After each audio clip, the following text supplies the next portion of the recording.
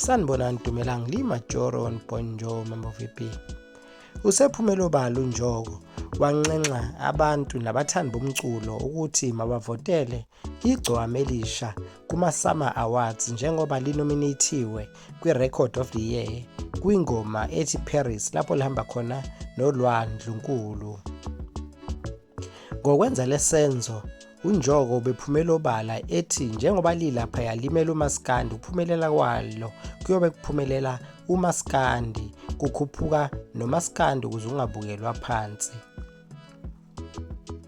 Kanti lokhu sekumenze wagxekwa kakhulu uNjoko, egxekwa abalandeli bomculi kaMaskandi nabalandeli bama-Blue Nations okungabalandeli baKhuzani Mpungose bethi uyimenemene useyozincengela kwigcwame elisha ekubeni esanda kwini u100,000 lapho ayekade eqhathwe khona nabanye abaculi nalo 100,000 wawina ngenxa yabo bemsupport ngoba nakhe ezwana noKhuzani, kodwa manje usekwazi ukuthi eyonxenxela imbangi kaKhuzani amavoti ukuze ikwazi ukuthi inqobe kwi-competition le ekuyona yamasama.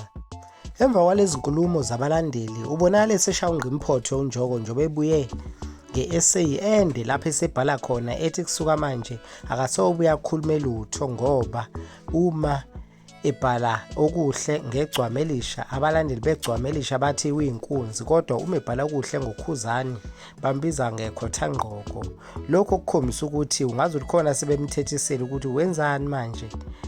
Ungasitshela kwi-comment section ukuthi lokho sekwenziwa uNjoko ubona kuyikho njengoba esekhombisa ukushintsha manje ekubeni adebhala ipost ebonakala ukuthi bisuka enhlizweni yakhe, njengoba esebuya kamuva nje ethi akasawubuya ukukhuluma lutho ngoba uyagxekwa makukhona ukukhulumayo, kanti yena akekho umculi anenkinga naye, uyazwana nabo bonke abaculi noma bebenzani.